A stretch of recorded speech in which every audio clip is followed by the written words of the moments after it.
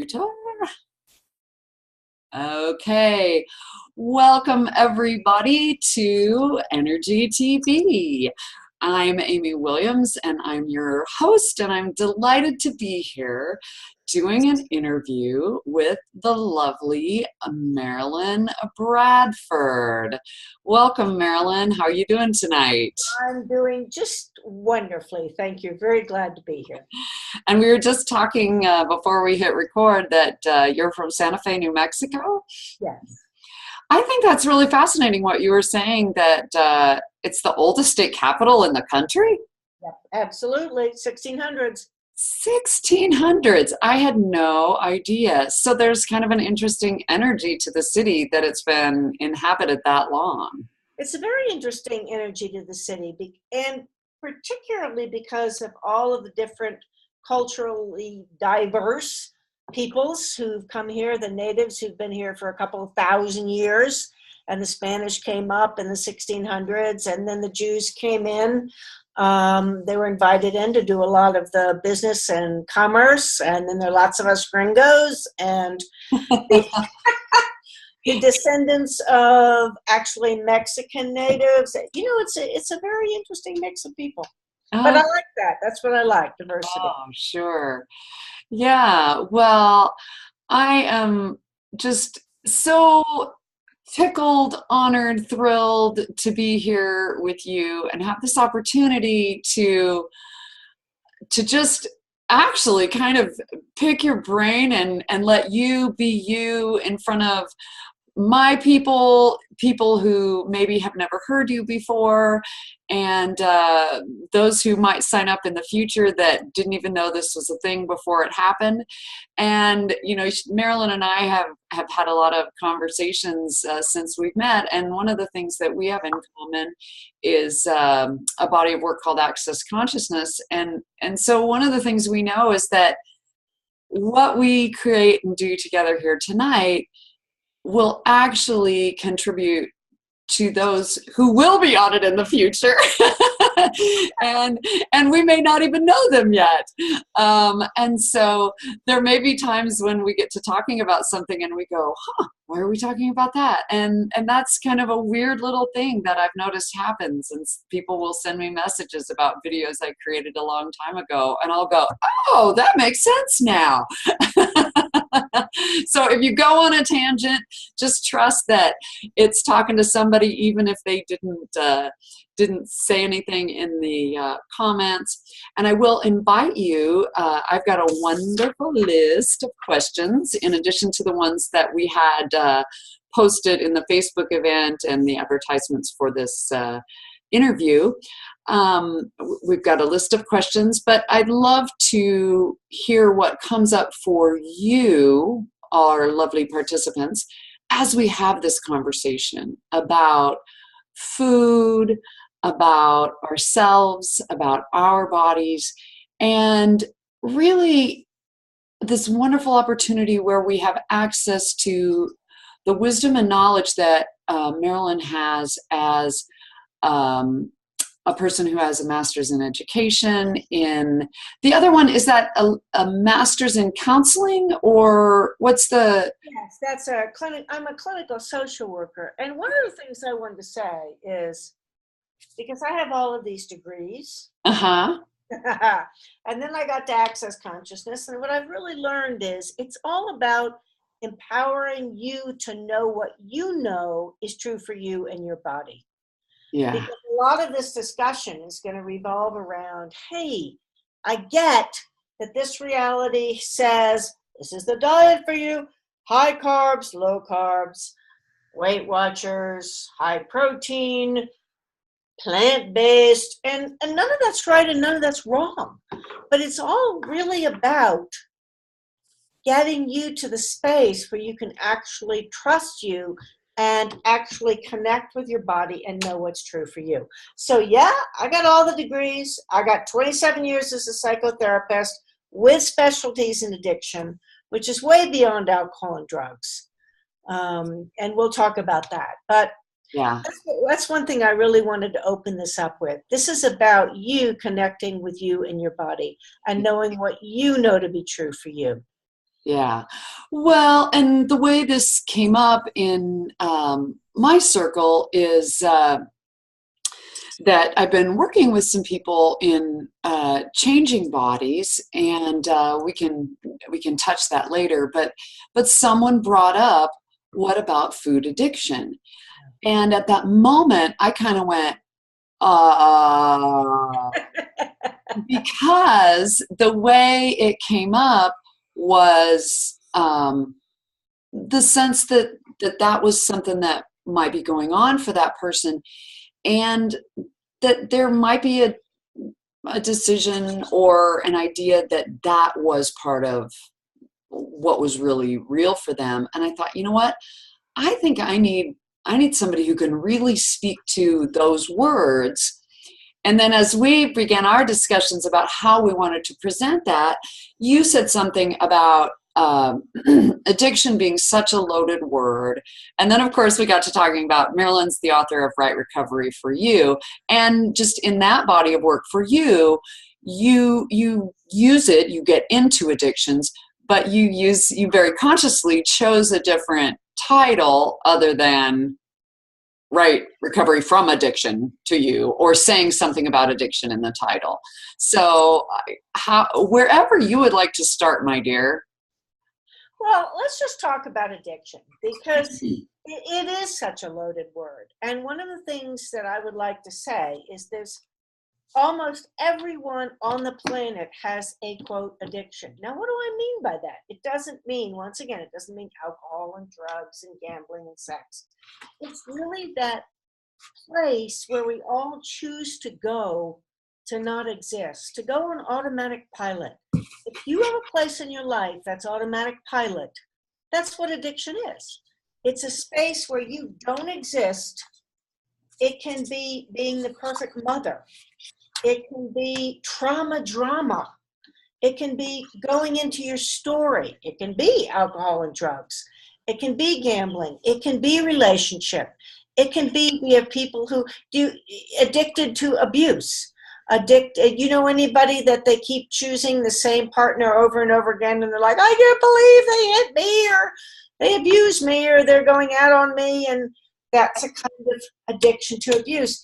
And that's not to judge those people or ourselves, but it's really about, where do you go to disappear so you don't have to be present, you don't have to make choices. Because for most of us, addiction really comes about early on in childhood, because the world seems so crazy to us. It seems so wacky. And we're like, where do I go to get out of this insanity? My parents are nuts. My siblings are nuts. This whole world is crazy. Help! How do I deal with this? Yeah. And so we find some place that we can disappear into. And food is a really big thing, because our bodies need food. They require food. And it's nourishing. And we can if we don't have real connection in our early life, which I didn't have. And that's not to fault my parents. This is never about blaming. They did the best they could do, but they had never received any nurturing or any real caring. And so for me, it was like, wow, where do I get this? And it was food. Mm-hmm. So that became a source for me, and essentially an addiction from the point of view of, this is where I went to find sustenance, nourishment, caring, being filled up, all of those kinds of things. So I'd like to take all of the dirtiness away from the whole word of addiction, because a lot of people go, I'm not one of those, I'm not one of those. And just, you don't have to identify yourself. Please never go. And I did this years ago. I'm Marilyn, I'm an alcoholic, because it's not about an identity. It's much more about, let's just go with food. I'm Marilyn, and there are times when I still use food as an escape from this reality, or an escape from being aware of what I don't want to be aware of, or just some way to feel filled up, or something like that. So anyway, that's my start. Yeah. Yeah. Well, that makes total sense, and it really makes me think of a lot of different things. Like, where do you go to not exist? And I had to stop for a minute there and go, not exist or relax, because I was joking with someone the other day about my addiction to fiction. but uh, but I think that it can go either way. We can either use it anything to nourish ourselves or to disappear into. I'm so glad you brought that up, Amy. That's beautiful because one of the things I want to talk about is use, abuse, and addiction. So use is seems to be what you're talking about. It's like I've had a big day at work. I just want something to help me relax. And that's, you can use fiction. You can use food and chocolate. You can use going for a walk. You can use anything, but you're aware that I'm choosing to engage in this activity to just relax and have a nice, and that's really healthy. Uh-huh.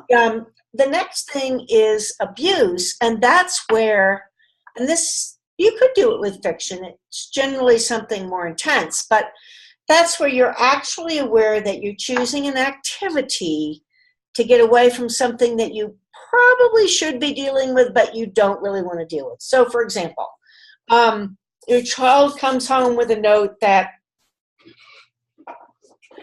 you need to call the principal right away. And you're like, oh, this is the 18th time Johnny's done that. I don't think I can deal with it. I'm going to have 2 scotches, or I'm going to have a whole quart of Haagen-Dazs, or I'm going to just go out and run like crazy, because exercise can be a way to escape. And you're actually aware that you should be dealing with something that you don't really want to deal with, or you're just going to put it off. So that's abuse of a substance or a behavior. And then there's the addiction, where you default to it without even really being aware of it. Okay. It's like, yeah, it's like, I need to call the principal's office for my son. I'll do it, give me the drink. Give me the internet. Uh-huh. Give me porn. Give me, gosh, I can't think of them, but those movies, sort of a lot of women get into the romance movies, or the romance novels. Yeah. Let me lose myself in something so I don't have to look at this. So everything's on a kind of a continuum. And you just have to ask yourself, is my choice here contributing to my life and living? Which, generally speaking, the first is, we all need a break sometimes. I mean, hello, folks. There's nothing wrong with reading a novel, or going for a walk, or having a glass of wine, or anything like that. That's not what we're talking about here. It's really when you use it to check out because you're just unwilling or unable, and I get that.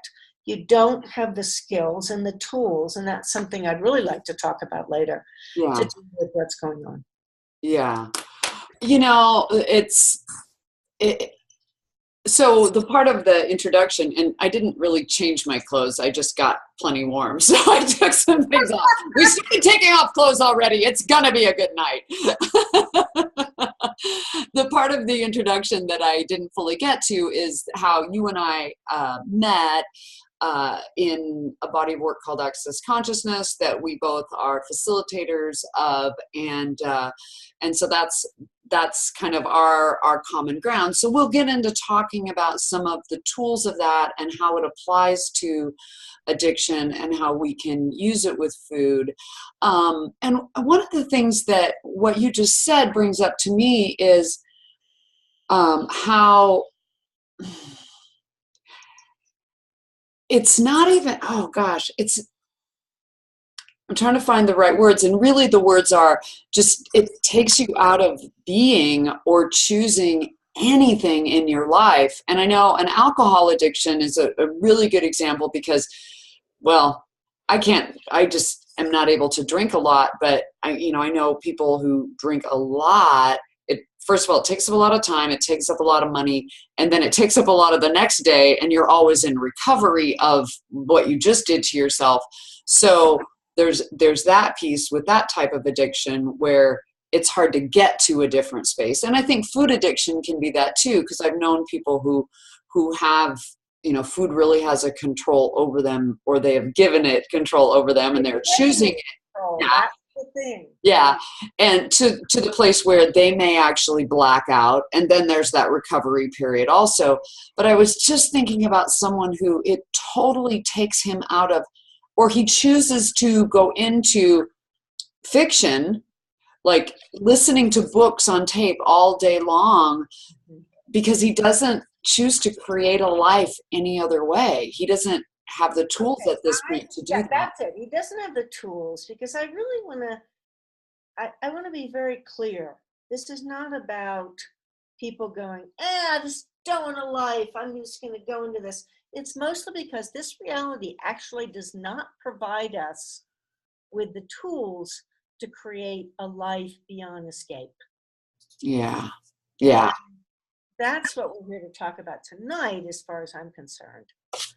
This reality has a tendency to make us very small, very unimportant.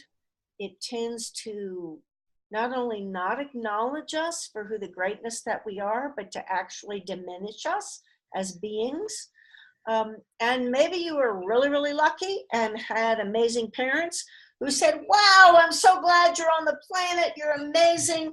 Who are you? Show me. I want to empower you to be that. I want to support you in that. It didn't happen for most of us. And that's, once again, not to make our parents wrong, but they came from their very structured realities, their very fixed points of view. This is who you have to be, and it doesn't fit for a lot of us. So it leaves a lot of us kind of out in the cold. Yeah. Yeah. Well, and don't you think that a lot of that, the points of view that we've had impelled upon us from the generation before and the generation before and the generation before, to some degree, to start with, some of that was survival.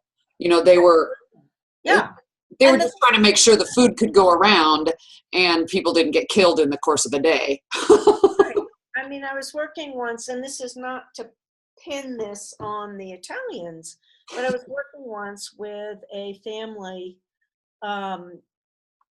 particularly mother, daughter, and husband of mother, obviously, that had deep roots in a very traditional Italian family. It could have been anything. It could have been American German or Swahili or Russian, but this is what showed up.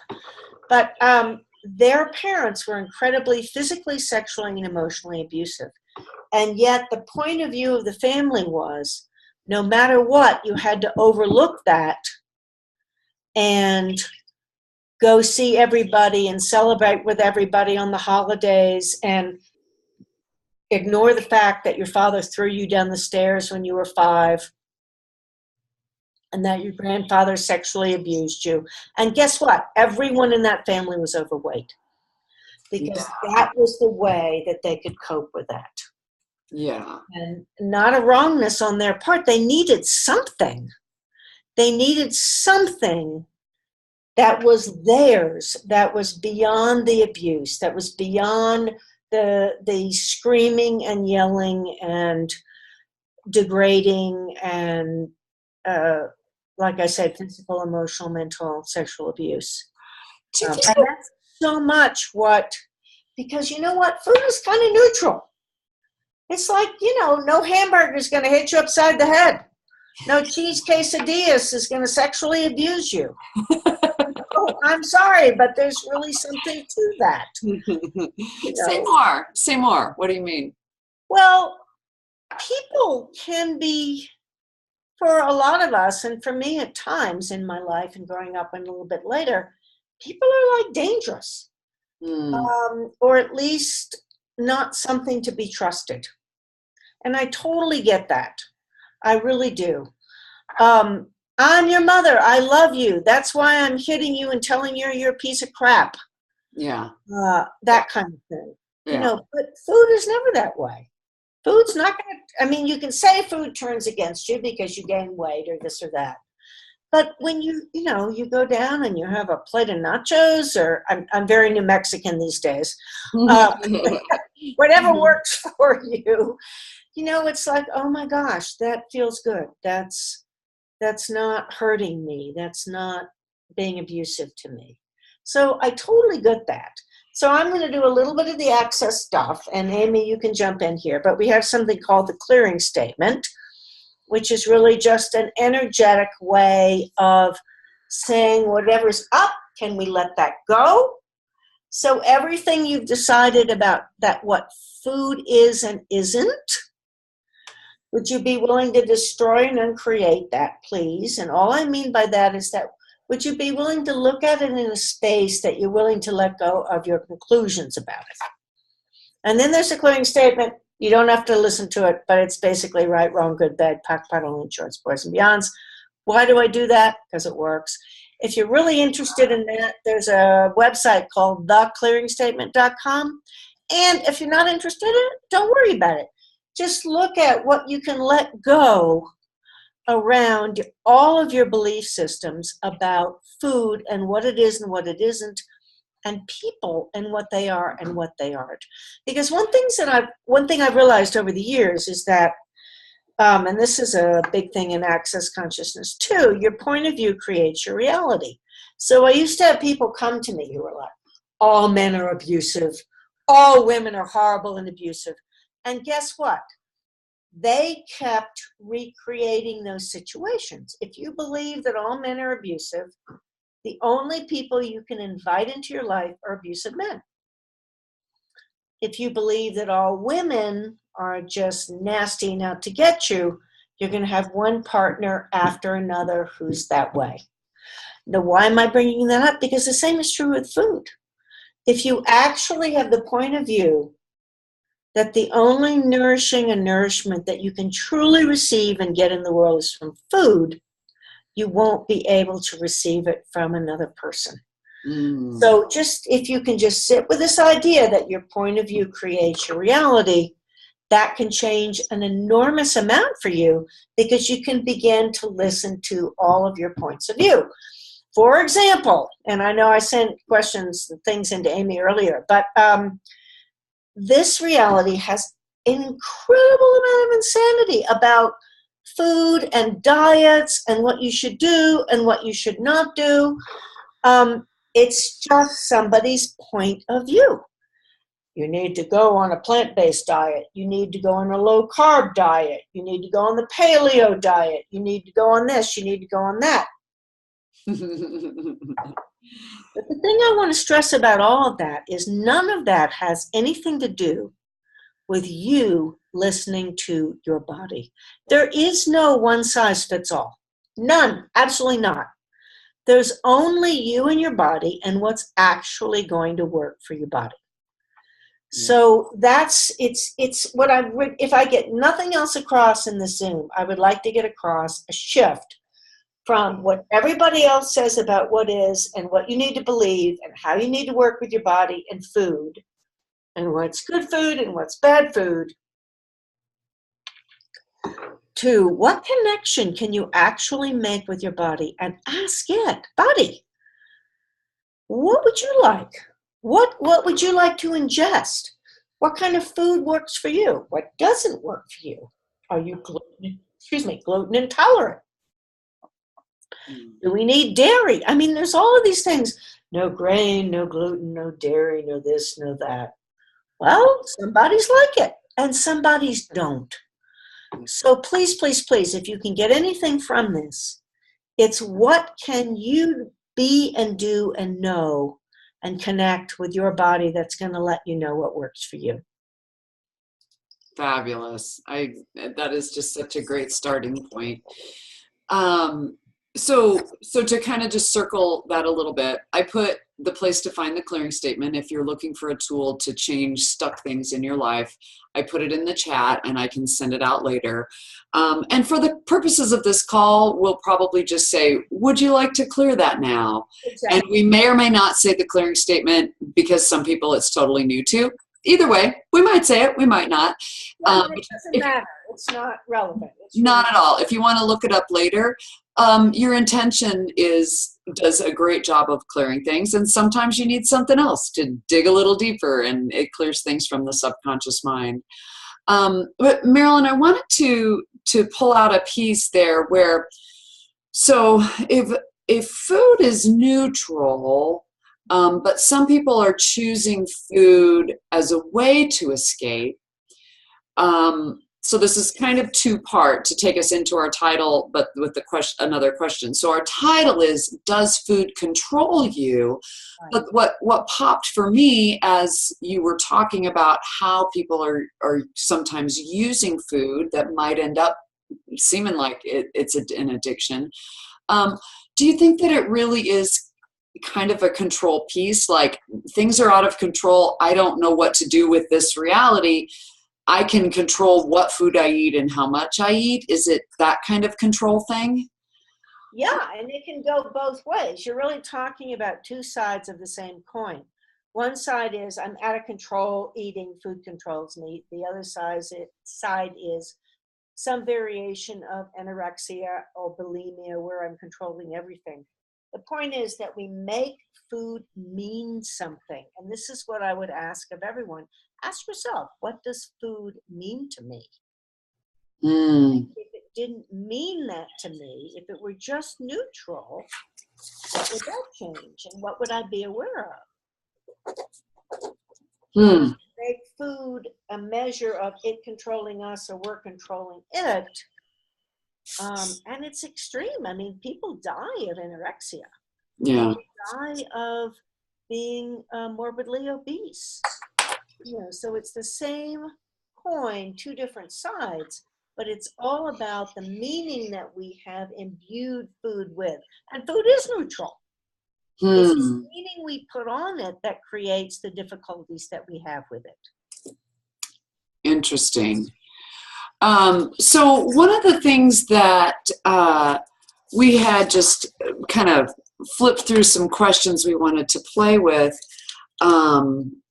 is something along the lines of, are you receiving from food or are you receiving from people? Something like that. I actually am not finding that exactly with those words on my sheet, but can you speak to that? Well, my sense is that we're all looking for contribution, and both gifting and receiving. The difficulty with people who have been disempowered throughout their lives or just made to feel less than, however you want to look at that, is they're not filled up.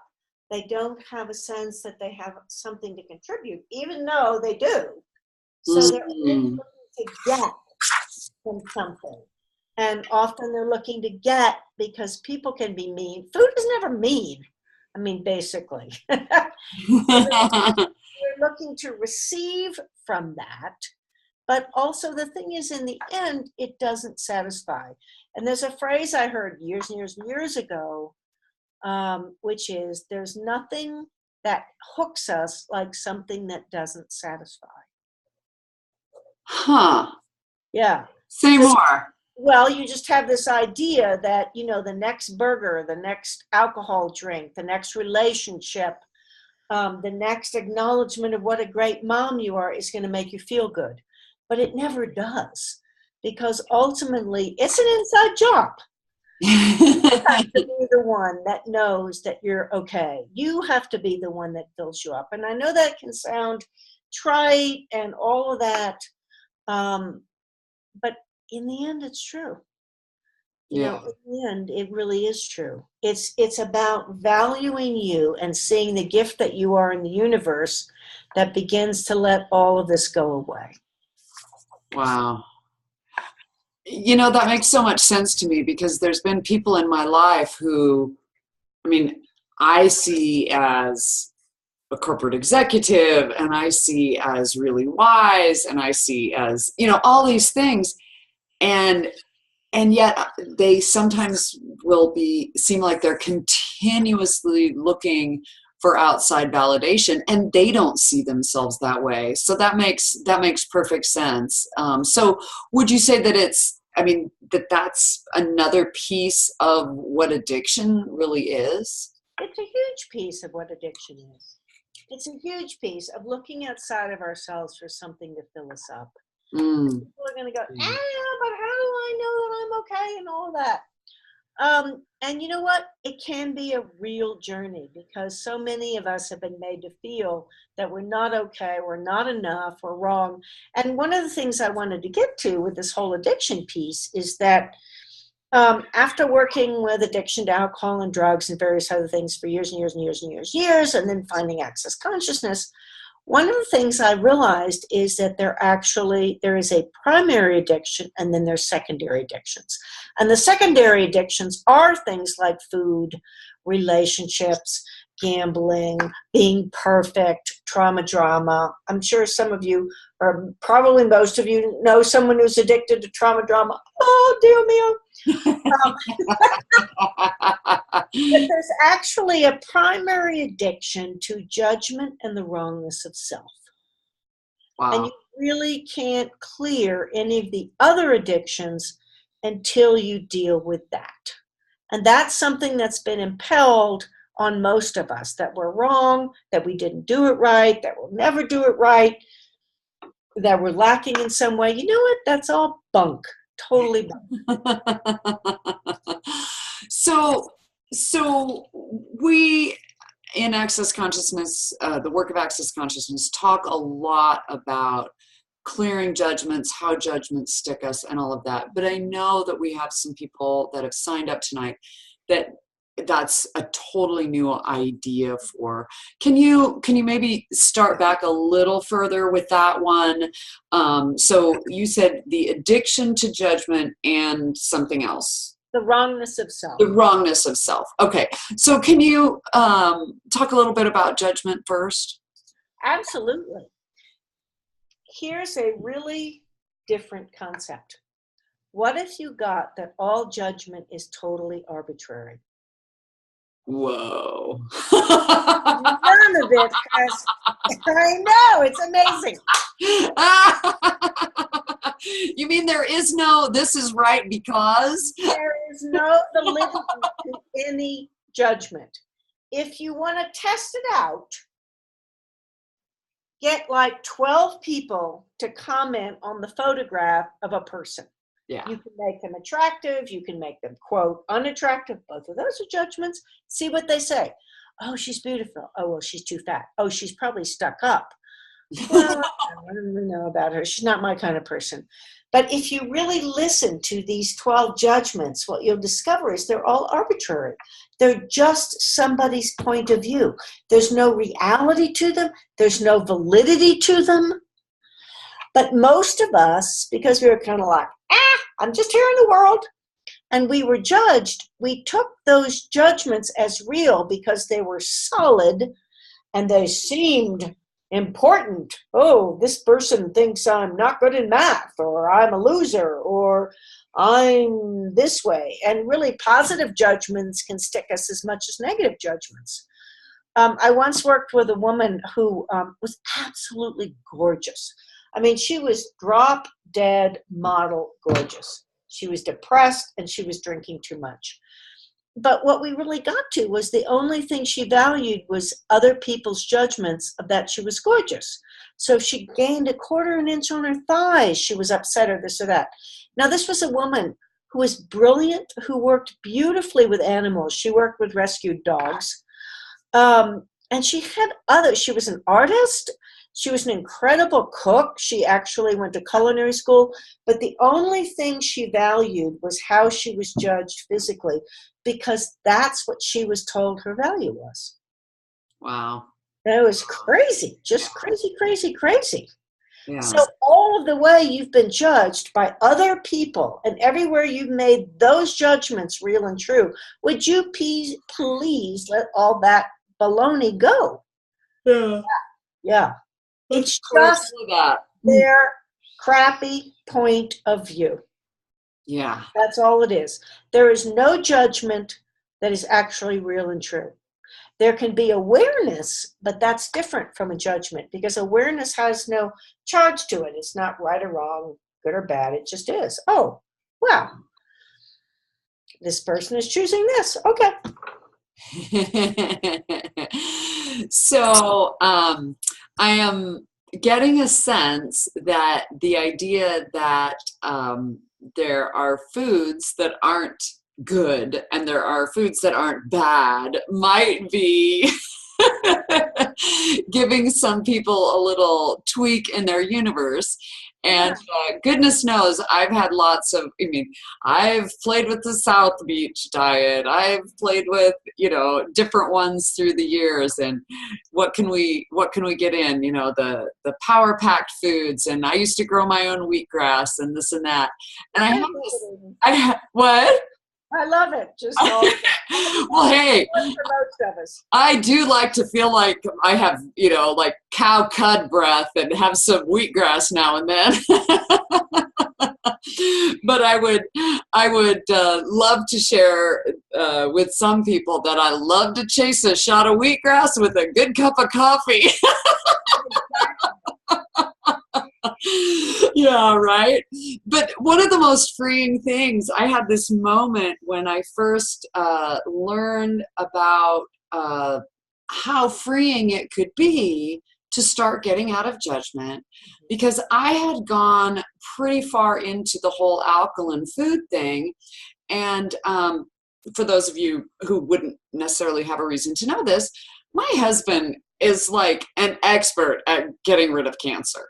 I mean, he's gone through so many things, but when the most recent thing popped up for him, which evidently happens to most men, I mean, he got prostate cancer, I had already been on the track of the whole alkaline diet thing. And man, did I go into control mode, because the book that I had read, The Crazy Sexy Diet, was all about a woman who had gotten rid of a crazy kind of cancer they didn't know anything about by doing, lots and lots of alkaline diet things. And then at some point, when I kept throwing away ice cream packets out of his car, I kind of just went, why am I working so hard at this? But I had already found access consciousness and the idea that our judgments are creating so much locks, blocks, solidity, and limitation of possibility in our reality. And I was running myself ragged going from store to store to get a decent price on organic apples or this or that. And when I had taken my first access class, I think bars was actually the first class I took, I walked into the grocery store that's closest, and I looked at all the amazingly beautiful food. I mean, these big heads of romaine lettuce that were clean and fresh, and everything else that was not even organic that I'd been judging the crap out of. And I went, oh my gosh, every place that I have created a judgment about this food is limiting. Oh, I'm answering my own question. Is limiting my ability to receive the good I could receive from this food. Absolutely. And so I started lightening up on worrying about everything being organic. And Jack continues to be healthy and eat ice cream. And I started at some point recognizing that we as a being have truly freaking magical capacities. And I might get a little bit intense here, but who hasn't heard about the 90-some-year-old guy who had all kinds of crazy things in his body and ate bacon every day? So you can't tell me that it's a surefire thing that every body, that bacon or this or that or this or that is bad for every body. Exactly. And that's the point. And it's that we as a being, as an infinite being, have capacities to create magic with this body, and we're not going to do nearly as much of it if we stay in judgment. And if we buy somebody else's program or point of view. Now, that doesn't mean you can't ask your buddy, is there something you'd like? Oh yeah, this is kind of interesting. It's a 6-week program. Okay, and you do it for 2 weeks, and your body's like, I'm done. Okay, cool. Yeah. But it's really about what works for you not imposing or impelling. I mean, think about it as clothes. Suppose in your desire to, quote, look good, you went from designer, designer, designer. Okay, this week we're wearing like aquatic things. So I'm all like blue with ankles and white. Oh, well, that's done. All right, that didn't work so well. So this week we're wearing like Spanish flamenco things. Oh, I have this like stuff. And now this week we're wearing British like suits. So, I mean, I know that sounds crazy to you, but that's exactly the same thing you're doing if you're trying to impose a diet, somebody else's food program on yourself. Oh, But wow. then you can look at it and ask your body, would you like to have more protein? Would you like, does it work for you to give up gluten or this or that? But don't take anybody else as your food god or goddess or whatever it is. Really, if you can begin to get in connection with yourself. And the whole thing about judgment is, you know, right now, skinny young bodies are in vogue in fashion. Well, I'm older and I'm, quote, a few pounds overweight. You know what? When I don't judge my body and myself, I'm happy and I look great. And a lot of times I get up in the morning and I'm like, hey, body, what would it take for us to look fabulous today? And it's energetic. It's not about the outside and the, you know, the hip measurement and the number of wrinkles and all of that. It's really like, wow, I'm alive. So everywhere you've not allowed yourself to come out and be the gorgeous, alive being you be, would you please let that go? Yes. Yeah.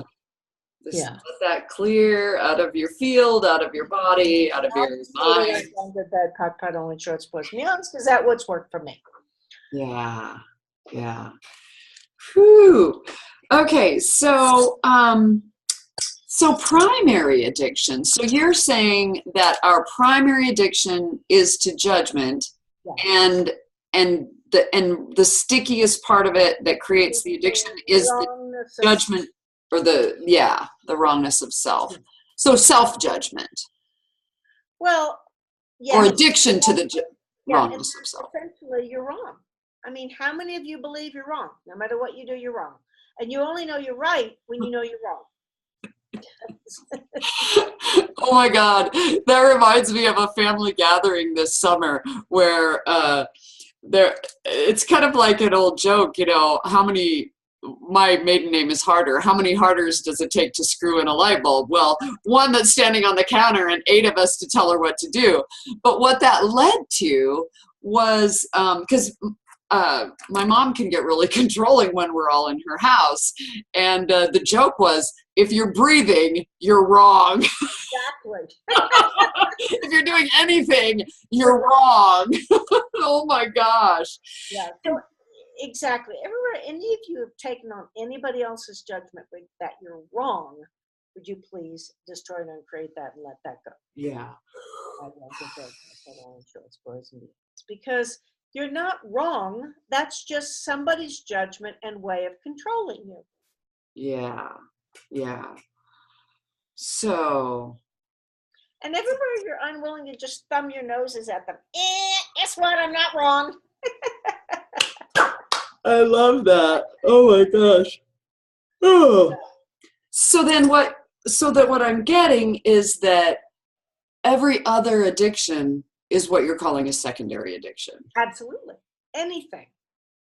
It's just a person's particular way of escaping or not being present. But it's all about not having to experience the pain of being wrong. And that's one reason there's so much relapse in things, is because, you can get off of alcohol or whatever it is, you know, for a week or two or a month or two, but that if you don't deal with the addiction to the judgment and wrongness of self, that's so painful that eventually people are going to go back to whatever helps them not feel that. Yeah. Well, and so obviously you, in your practice, that's what you do, is work with people on that who are like so stuck in that they really need a guiding hand out. What other suggestions would you have for people to get out of that? I mean, I'm going to just plug your book. It's amazing. I cannot wait to share it with other, not just everybody here, but the people that I know who have been in those recovery programs and have created a very rigid life for themselves that, oh my gosh, so much rigidity in resisting that substance or choice or whatever it has been for them. Yeah, so what other suggestions would you have? Okay, I'm just going to plug the book myself. That's Right Recovery for You. It's available on Amazon and at the Access Consciousness shop. But I have a couple of other suggestions and tools. One is whenever you have a sense of, I want to go like face down into a quart of ice cream or whatever it is, ask yourself, if I weren't choosing that, what would I be aware of? Mm. So much of it is about avoiding certain awarenesses. One of the things that I always ask clients when I'm working with them one-to-one is what's right about your addiction you're not getting, or what contribution is your addiction to you? And I remember I was working with a woman who had, she came to me, she said, I'm drinking 2 bottles of wine a day, I'm addicted to alcohol, it's horrible, it's the devil. And I'm like, well, what's right about it you're not getting? She's like, nothing, it's just terrible, it's destroying my life. And I'm like, wait a minute, let's look at what a contribution it is. What does that do for you currently? And so finally she got around to saying, well, it's the only time my family doesn't bother me. They know that when I'm out on the patio, that's my time. I'm like, okay, what else? She says, well, it helps me look at the fact that my marriage is falling apart and I don't know what to do about that. Okay, what else?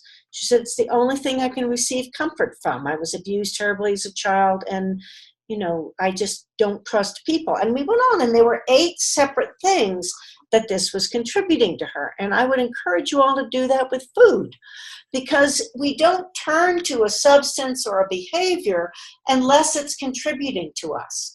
And then we want to make it bad and wrong because we're overweight or because we feel out of control or whatever it is. But it's not bad and wrong. It's the only coping skill you currently have. So one of the first things to do is identify what food does for you that you've decided you can't get from anywhere else or anyone else. So that's a big one. There's another one and this is from Access, and I just love it, and it sounds so wacky, but it's kind of like, who does this belong to? Mm-hmm. So just to let you know, we're all psychic, and I don't mean we read tea leaves or this or that. It just means that, you pick up the thoughts, feelings, and emotions of other people. So you're feeling great, you're walking down, like, yeah, and all of a sudden, like, oh, I feel like crap, I'm depressed. Well, what happened? Probably you walked past someone who was depressed and you were like, oh my God, I'm depressed. You just were aware of it, and then you took it on as yours and found a way to justify it. Oh, let's see why I'm depressed. I must be depressed because my Uncle Bob is getting a divorce. It's upsetting him, blah, blah, blah, blah, blah. But this whole who does this belong to? I use this a lot still. Like if I have a craving for apple pie, I don't even like sweets generally. I'm like, well, who does that belong to? And you don't even have to have an answer. Just if it lightens up, it's not yours. Oh, I'm taking on everybody else's cravings for sweets. Well, that returned to sender with consciousness, right? Around the bed, Dr. Ranch, I suppose. So you want to ask, who does this belong to? You want to ask, if I weren't going towards this, what would I be aware of that I don't want to be aware of? You can just also, please be very clear what food means to you, or what apple pie means to you. Or what popcorn and soda at the movies means to you. Oh man, I've arrived. This means I'm having a good Saturday night, or whatever, because it's the meaning that will stick you. So you really, really, really want to look at the meaning of things. That's really interesting. I would love, so I don't know why I want to tell this story, but someone I know was bulimic. And so I got to see up close and personal people having food blackouts. And wow, there are things that I just had never heard of with, the things that sometimes people would eat, frozen foods, boxes of, I don't know. Anyway, but then one time we were at a movie and this piece of it was revealed, and it's leading me to the question about receiving from food or receiving from people. To go a little further with that, but you know how at the movies they have those huge things of popcorn, and she said, did you ever just want to dive in there? And the quality of the way she said it had so much delicious, juicy, orgasmic, oh my God, I want to dive in there, that I just went, wow, there's some intensity there. And so I would love to hear more about what you have to say about, are you able to receive more from food than you are from people? Well, what you really brought up, that's the energy of sexualness, which is the energy not of sex and copulation, but the energy of being alive. I mean, if you've ever seen a puppy in the, like sprawling on the grass, that's that same kind of energy. And a lot of times when we don't trust people, to be ourselves with people. Oh, to be ourselves with people. And we can be ourselves contemplating. And I mean, who wouldn't want to jump into a huge thing of popcorn? It's yummy. It does sound kind of like fun. Yeah. I think she wanted to dive in there and eat it all in that moment, but that was part of that orgasmicness. But yet I can see it. So if you don't have somebody and that somehow it's not comfortable to be that alive, to be that orgasmic, or alive or intimate or receive comfort. Exactly. Oh, got it. Then you can do it with food, because we're all looking for some way to be ourselves, to be truly present and authentic with who we are. Huh. And if you don't trust the universe and you don't trust people, maybe you can be and do it with food. Wow. And that's not a wrongness. That's a coping skill because of the experiences that you've had. Yeah. Whew. And please know, I'm not saying don't be orgasmic with food. Food is incredibly orgasmic. Oh. Move from the space of making that the only thing you can receive from, that gives you a bigger life. Yeah. Wow. So I think we did say something about taking back control over food or something like that. So how do you want to, where do you want to go with that?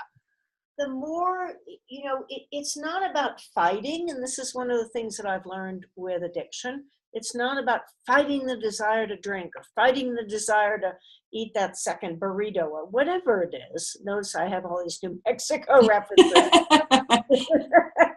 But it's the more you become you, the more you're willing to actually show up as you, the less you'll have the desire to escape into something.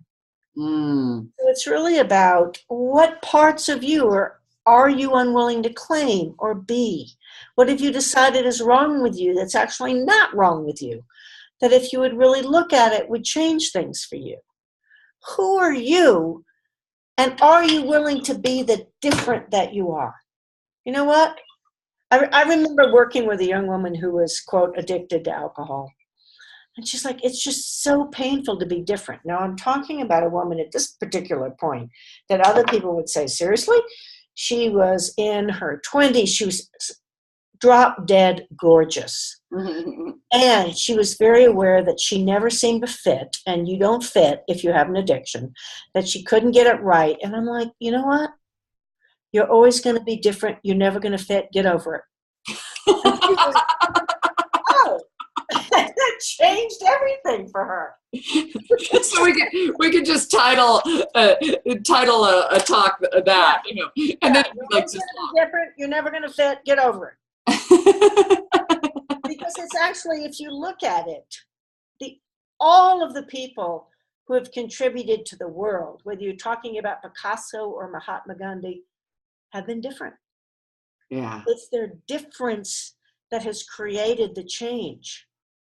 But we're all stuck in, I ought to be able to fit in. I ought to be able to be like other people.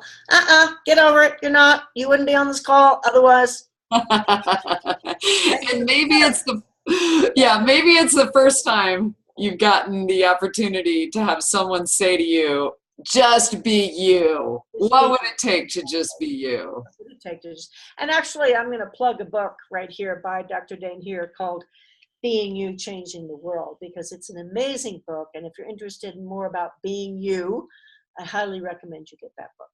Well, I'll send the link to your book is actually in the Facebook event, and I'll send all of this stuff out. I'll send links to it to make it super easy for people. I'll send some links to some stuff with the clearing statement and who does it belong to videos, and just so if they're going, I don't know what that was, but it went by really fast. So if that's happened to you, I'll follow it up here. Don't worry about it.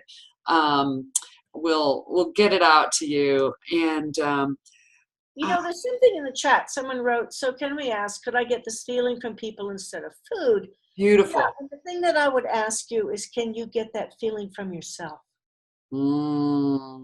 Because you really are the source. And I know it can seem far away and seem crazy and insane, but what would it take for you to get that sense of fullness from yourself, not even dependent upon food or other people?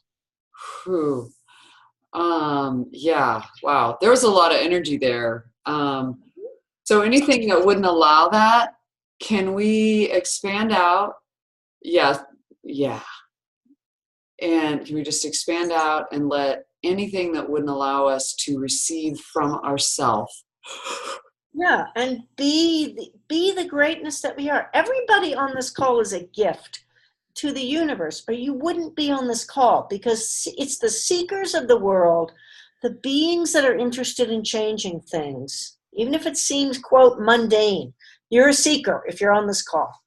And that makes you a gift, because you're always willing to create more. And that's just so cool. Well, Marilyn, you are such a gift. And you know, I seem to most often run into you with you're a part of the support team for Access Consciousness certified facilitators. And if anybody is pondering, do I need somebody who can help me with changing this addiction that I haven't been able to change so far by myself? I have to say, you know, I became a certified facilitator just only about 4 months ago. And, you know, anytime you step into something new in a group of people who've been doing it a long time, there's a little bit of, And the gift that Marilyn was to me by her very presence, where she just said, hey, it's okay. There was such a nurturing energy that allowed my whole being to just go, oh, okay. I'm okay. I can chill. I got this. It's cool. And I can just ask the question. So I know she does one-on-ones still, right? Either in person or maybe via Skype or phone. Yeah. And people can find more information. I'll send out a link to your website, but we'll get Marilyn's contact info to you. So if you're interested in having that kind of one-on-one support with someone who specializes in this type of journey and kind of has at the ready the questions to ask that can help. You've given me a bunch, and I appreciate that, but I know that there's something to be said for, hey, this is my thing, and it's fun for me to do this. So. Thank you, Amy. And I know you have a project going on. Is it the Empowerment Project? You wanna, Conscious Embodiment Project. which Well, is empowerment. yeah, right. Well, yeah. I mean, anytime we get more consciously present with our body, that is our personal empowerment. But bodies have been a thing for me for a very long time. I've been licensed as a massage therapist for 30 years, and the past 10 has been doing energy work. And a couple of years ago, I teach a lot of usually they're one-off classes to get people interested in energy work, but I do it through the community college here in Nebraska, in Lincoln, Nebraska, and I have to do it like 6 months out. And so the first class that started talking to me was just the idea of something about this time of year, but it was in July, and it was a class called Conscious Body, Conscious Weight. And I thought, do something about weight after the first of the year. People get interested in that kind of thing. And what has happened with it is the idea of it has grown so much further as I have grown. And we just finished a level 2 class called Creating Conscious Change with Your Body that has seriously been off the chain. I mean, the places these people have gone to dive into creating conscious change with their bodies has been huge. And the places we've been able to clear judgments of self, and the things that unravel when we start, like, this is a ball of judgment. Put it in your body. Put it in like every part of your body. And then try to like get to changing some of the things that have been there for not only the decades of this life. I say decades because I'm guessing most of you are older than 20. And then you take the past lives, and I don't know about you, but I was reading Edgar Cayce about past lives when I was in the 4th grade. I was a weirdo in Catholic school. That's my metaphysical cred. I've been doing this weird shit for a long time. But, you know, how much judgment have we taken on before that and before that and before that? And so it's been really fun to play with people who are ready to dive into a journey of change that isn't just about, well, how many inches have you lost? And what kind of food are you eating? And here's a great recipe for this. And I'm not saying that it might not include choosing something different with some of those things, but this piece, bringing this piece to it, is amazing. And I know this may be more than, well, you know, there is no rule that we have to do this for an hour, but I don't want to keep people up forever either. But Marilyn, there's one more piece that I'd like to at least touch on. Okay. And that is about addictions being a distraction. Well, they are. Yeah. A distraction from being present and from creating our lives. And yeah, I'm all about this. Been there, done that for years. Still at times find myself going, whatever it is. I mean, I can distract myself with a novel. I can distract myself with a bottle of wine. I can distract myself, you know, with food, or I can distract myself with work. Oh, I have 75 people to call, you know. But the whole thing about that is, ask yourself, whatever activity you're involved in, am I being present here? Or am I using this as a distraction? And once again, it's not right or wrong, it's information. Oh, if I'm using this as a distraction, what is it that I really don't want to be aware of right now? And it can be anything. It can be I haven't done my taxes. It can be my mom's dying. It can be I'm unhappy with the way I treated this person, or they treated me. Yeah, okay. I have judgments about it. So any activity can be a distraction or can be something that's creative. But if you're using it as a distraction, it's never going to create for you. That's something to really be aware of. There we go. Yeah. So, let me just kind of glance at something here. Gosh, we've covered so much that we said we wanted to. Yeah, man.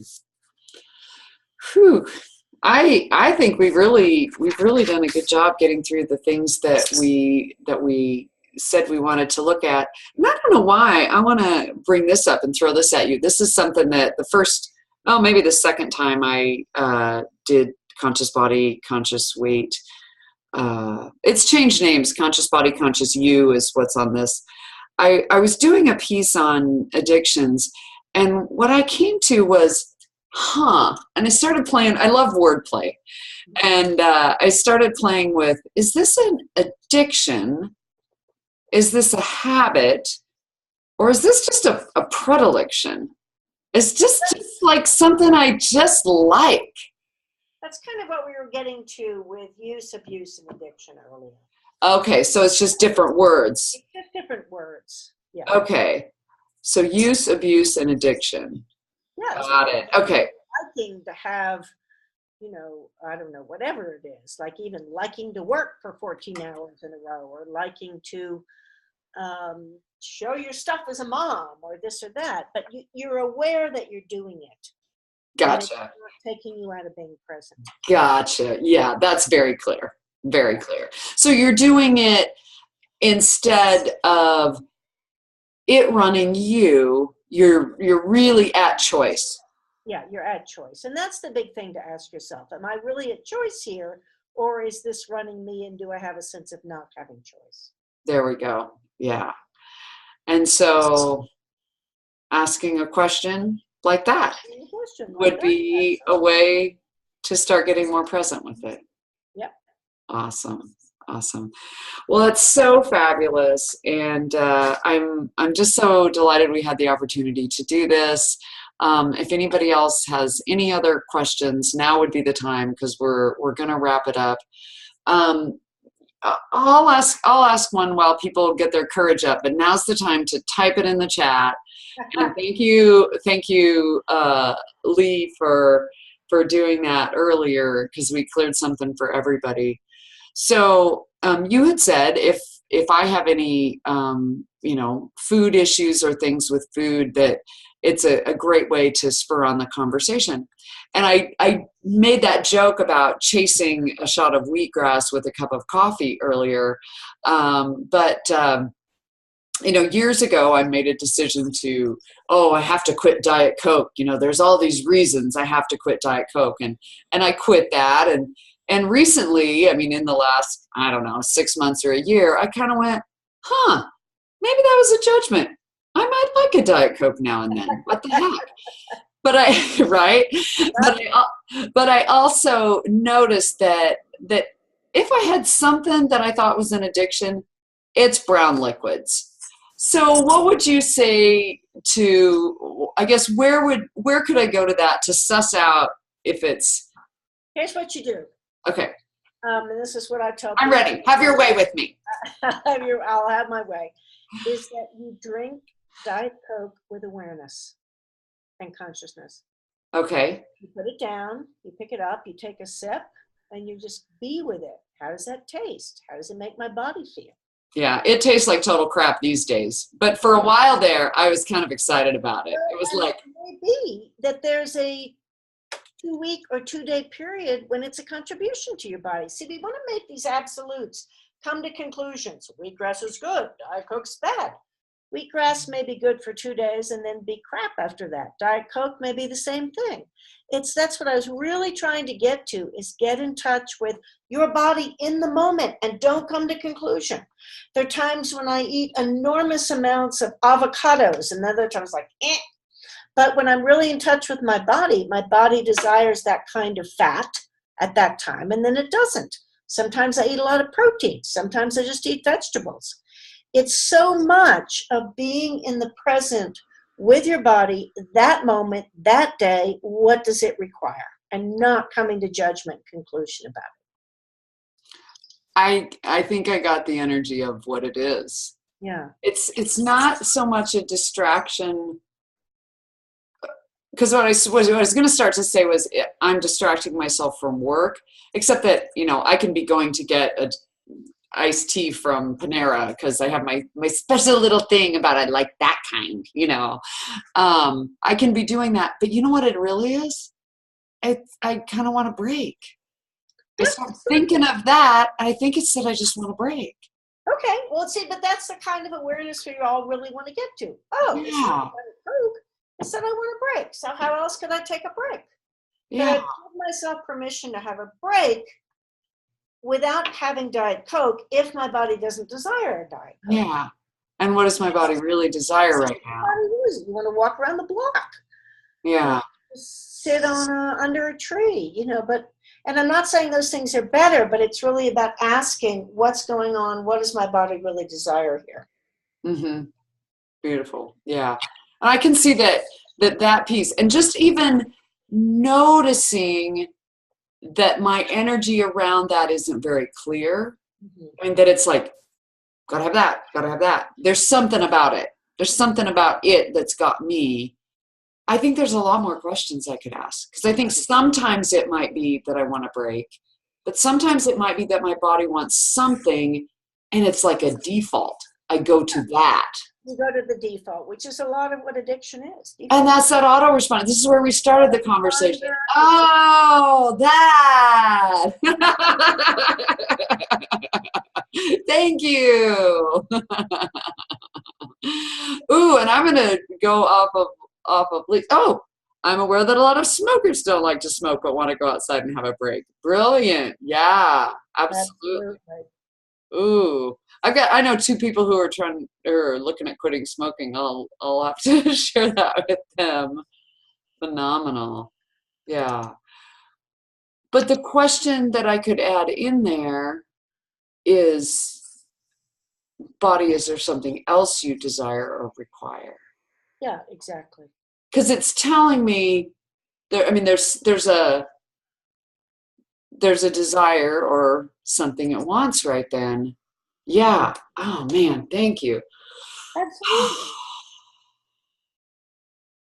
Now there's space. Okay. So this is going to show some people how this would work. There's space out here, but there's like a concrete block around my chest. Can you ask me something else to see what else might be there? Well, I'm not sure what you're asking, Amy. About that thing that we're looking at, like just that tendency to want brown liquids, that what I think is a little bit of an addiction. So some of it is wanting a break, and part of that, and just asking questions, body, is there something else you want? All right, so let me ask you this. What is it that you want to break from?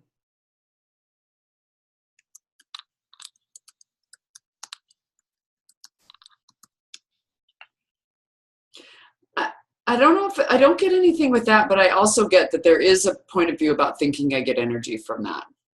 All right. So every point of view you have about that, would you be willing to destroy and uncreate it times a godzillion? Yeah, absolutely. I know it's bullshit, but it's still there. Right. So what do you love about being a victim to brown liquids?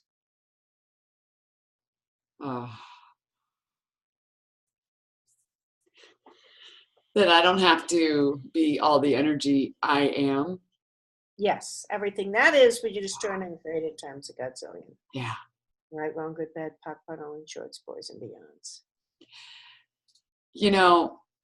I was listening to some stuff about comfortable distance, which is kind of a big thing we're clearing a lot of in Access today. And I actually made a crack about it yesterday when I was actually playing a game with people.